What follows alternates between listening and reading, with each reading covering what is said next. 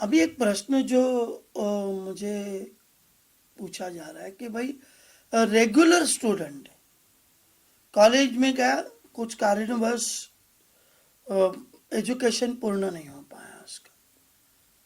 अब ये बच्चा जो है, ये 10th किया, 12th नहीं कर पाया, 12th किया, कॉलेज गया, फर्स्ट ईयर सेकेंड ईयर के बाद कुछ कारणवश वो आगे नहीं पढ़ पाया, या क्रॉस कैटी हो गई, या सिलेबस समझ में नहीं आया, या जो सब्जेक्ट उसने ले लिया था उसमें उसका इंटरेस्ट कम होने की वजह से कहीं पर उसका इफेक्ट जो है वो उसके रिजल्ट्स पर आया।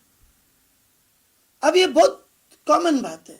नॉर्मली क्या होता है कि ऐसे बच्चों के पेरेंट्स डिस्टर्ब हो जाते हैं कि भाई ये बच्चे का क्या होगा, अब ये कुछ नहीं कर सकता, अब ये आधे रास्ते पे अटक गया है।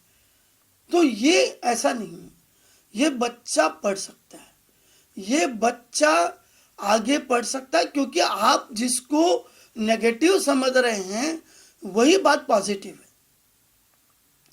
अभी मान लीजिए कि प्रथम वर्ष क्लियर है और द्वितीय वर्ष में अटक गया, तो हम इसको दूसरी यूनिवर्सिटी में एडमिशन ले करके उसका वो जो प्रथम वर्ष गया हुआ यूज हुआ है उसका क्रेडिट ट्रांसफर ले लेंगे। मतलब यहाँ पे उसका कोई लॉस नहीं है। देखिए, प्रश्न यहाँ है कि भारत में कई यूनिवर्सिटियों में ये प्रोविजन है कि आप एक यूनिवर्सिटी से दूसरी यूनिवर्सिटी में अंडर यूजीसी ट्रांसफर हो सकते हो।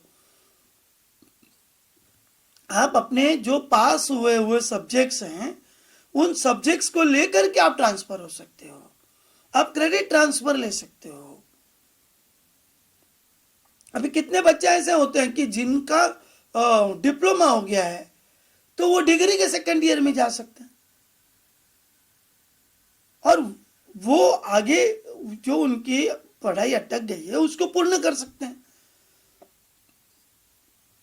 कुछ कारणवश वो रेगुलर नहीं करना चाहते, डिस्टेंस एजुकेशन में कर सकते हैं। बहुत सारी यूनिवर्सिटियां हैं। तो आप ये मत सोचिए कि अगर उसको केटी लग गई है या वो कुछ अटक गया है तो वो आगे नहीं पढ़ सकता है। हम उसके गए हुए वर्ष और उसने की हुई पढ़ाई का पूर्ण इस्तेमाल करके कर सकते हैं। इसलिए आप कहीं पर भी इस बात को नेगेटिवली नहीं लेना है कि उसने किया हुआ पढ़ाई ये वेस्टेज गया हुआ है। और कुछ भी गाइडेंस लगे आप संपर्क कर सकते हैं। काउंसलिंग हमारी संस्था में पिछले 25 साल में हमने 1 रुपया किसी से काउंसलिंग का नहीं लिया है। Counselling is free of cost. आप हमें कभी भी काउंसलिंग के लिए बोल सकते हैं, आपको कोई चार्ज नहीं देना है। Thank you very much.